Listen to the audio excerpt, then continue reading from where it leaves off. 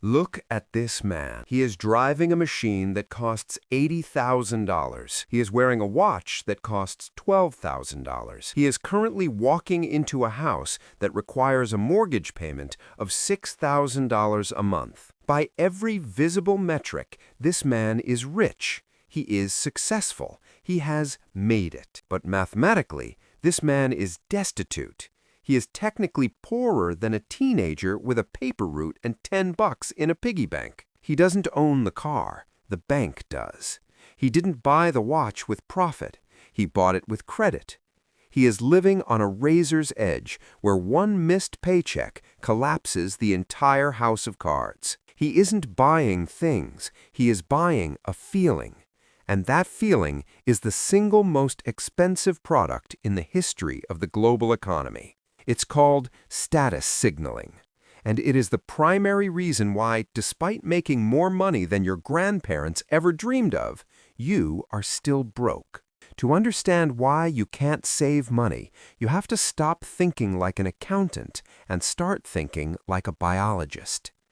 In the animal kingdom, waste is not an accident, it's a strategy. Take the peacock.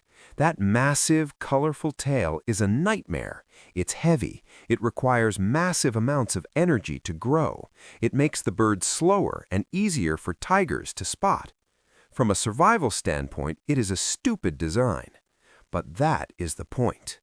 The peacock is signaling to a mate, "Look at my genes. I am so strong, so healthy, and so superior that I can afford to waste energy on this useless, dangerous tail and still survive."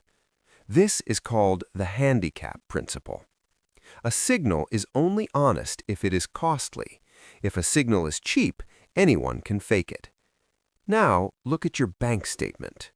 You don't buy the $200 sneakers because they protect your feet better than the $40 sneakers. You buy them because the wastefulness of the purchase proves you have resources to burn. We are just hairless apes on a rock, desperate to prove we aren't the runt of the litter. The problem is, the game has been rigged. In 1899, an economist named Thorsten Veblen coined the term conspicuous consumption.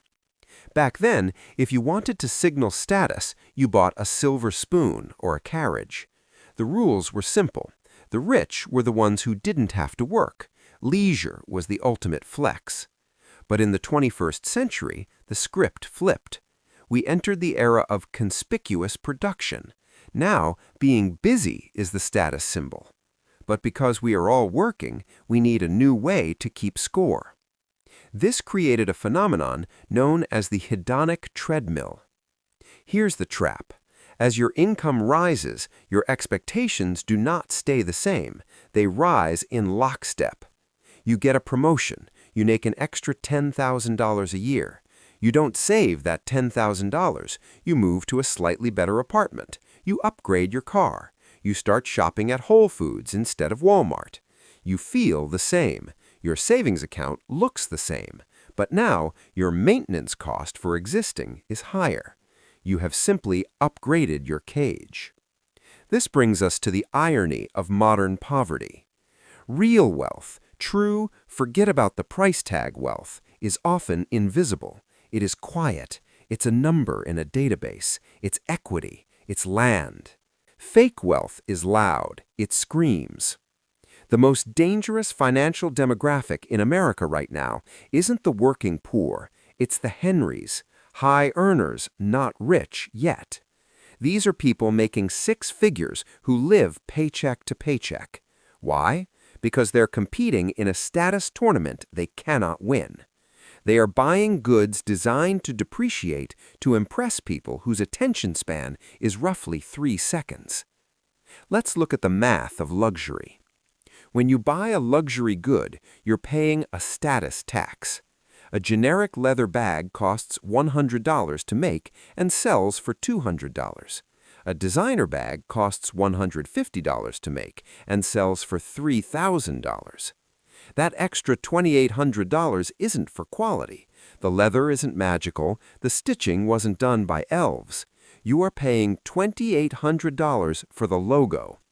You are paying the permission to tell strangers, I can afford to lose this money. But here's the twist. Because of credit cards, buy now, pay later schemes, and easy financing, you actually can't afford it. The market has democratized the appearance of wealth while destroying the reality of wealth. When everyone can finance a BMW, owning a BMW no longer signals that you are rich.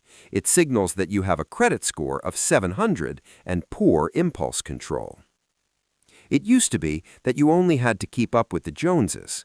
The Joneses were your neighbors. They were a dentist and a teacher. You could see their car in the driveway. The competition was local. It was manageable. Today, you're competing with the entire internet. You open your phone and see a 19-year-old who got rich off a meme coin. You see a travel vlogger in a villa you'll never afford. This triggers a psychological state called relative deprivation. You're not poor because you lack food or shelter. You feel poor because your reality is being compared to a curated, filtered, impossible highlight reel of the top 0.1% of the human population. This anxiety drives spending. The economy relies on this insecurity.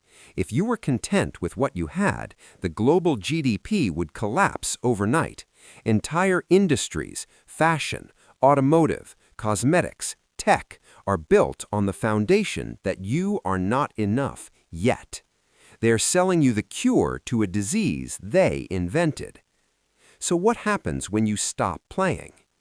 There's a concept in game theory called the winner's curse. It states that in an auction with incomplete information, the winner will almost always overpay. In the status game, the winner is the loser. The person who buys the biggest house usually carries the biggest stress. The person with the flashiest car is usually the most terrified of a dent. Wealth is what you don't see. Wealth is the nice cars not purchased, the diamonds not bought, the first-class upgrades declined. Wealth is financial assets that haven't yet been converted into the stuff you see on Instagram. We're entering a volatile decade. The era of cheap money is over. The safety nets are fraying. Continuing to signal status in this economy is like lighting a flare while you're hiding from a sniper. It draws attention, but it gets you killed. You have to ask yourself a very uncomfortable question, one that might actually change your life if you answer it honestly. When you tap that card, or sign that lease, or click checkout, who are you actually trying to impress? And more importantly, do you think they're even watching? Probably not. They're too busy looking at themselves.